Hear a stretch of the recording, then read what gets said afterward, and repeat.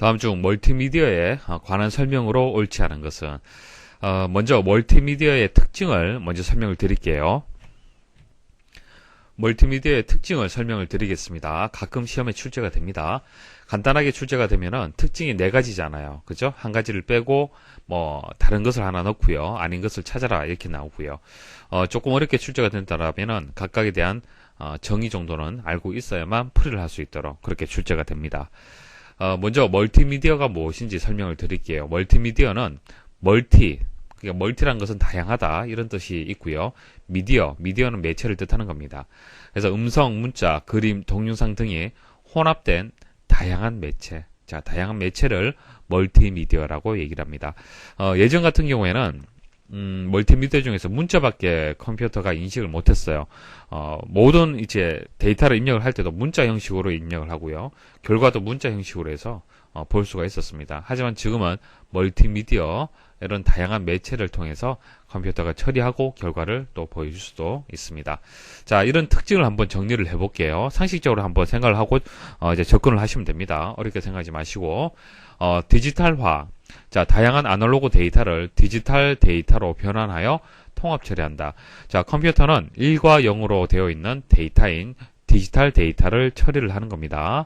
자, 이렇게 디지털 데이터를 사용하는 이유가 송수신에 따른 손실이 적고요.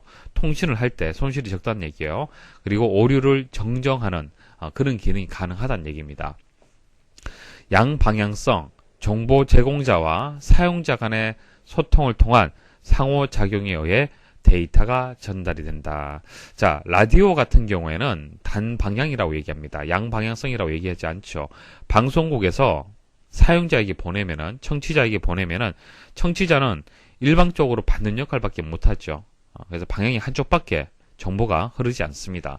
하지만은, 최근에 컴퓨터를 이용해서 VOD, 주문형 비디오 방식으로 해서 영화를 다운로드 받는다든지 가능하죠. 그래서 사용자가 어떤 영화를 보고 싶습니다라고 요청을 하면은 그 영화를 보여주는 형식으로 해서 서비스가 되는 겁니다. 자, 이것을 상호작용이라고 얘기를 하고 양방향성이라고 얘기를 하는 겁니다. 그러니까 데이터가 전달되는 것이 한쪽 방향으로 흐르는 것이 아니라 서로 주고받는다는 뜻입니다. 정보의 통합성, 텍스트, 그래픽, 사운드, 동영상, 애니메이션 등의 여러 미디어를 통합하여 처리한다.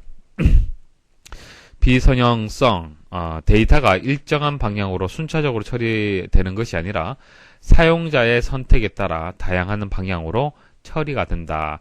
자, 멀티미디어는 크게 성형 콘텐츠와 비성형 콘텐츠로 나눌 수 있으며 비성형적으로 발전하고 있다라는 설명이 되겠습니다.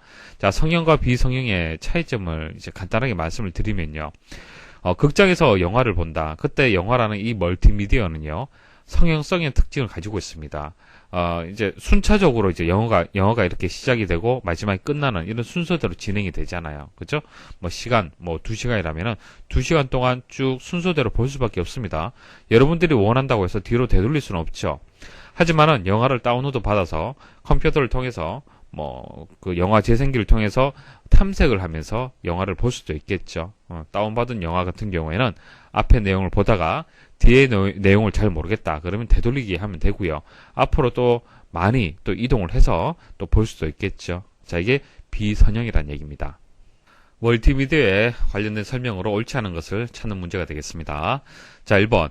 웹에서 멀티미디어 데이터를 다운로드 받으면서 동시에 재생해주는 기술을 스트리밍 기술이라고 얘기를 한다. 여러분도 지금 동영상 강의 듣고 계시죠? 이게 스트리밍 기술을 이용한 동영상 이제 다운로드 방식이 되는 겁니다. 그러니까 100%를 다 다운로드 받지 않다 하더라도 다운로드 받으면서 재생을 바로 할 수 있는 그 기술을 얘기를 하는 겁니다. 일반적으로 여러분들이 그 동영상을 다운로드 받을 때 스트리밍 기술이 다 이제 적용이 되어 있는 상태라고 보시면 됩니다.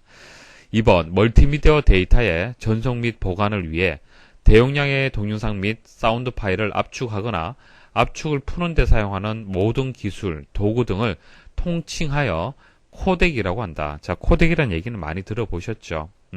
자, 동영상 파일이 있으면은 이 동영상 파일, 예를 들어서 캠코더를 이용을 해서 일상생활을 찍었어요. 그러면 이 찍은 동영상 파일은 사실상 아날로그 파일입니다. 이것을 디지털 파일로 이제 압축을 해야 됩니다. 압축을 하려면은 코덱이라는 게 필요해요. 코덱을 이용해서 디지털 파일로 바꿀 수가 있습니다. 자, 그럼 이것을 다시 여러분들이 다운로드 받겠죠. 다운로드 받아서 이 디지털 파일을 이제 재생해서 모니터로 보시려면 또 코덱이 필요합니다. 코덱을 이용을 해서 압축을 또 풀어줘야 돼요. 그래서 이때 사용하는 기술이 이제 코덱이라고 하는 겁니다.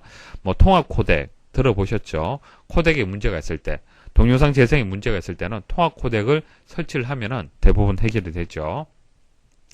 3번 텍스트, 그래픽, 사운드, 동영상, 애니메이션 등의 여러 미디어를 통합하여 처리하는 멀티미디어의 특징을 비성형성이라고 한다. 아니죠. 통합하는 것은 정보의 통합성을 뜻하는 겁니다.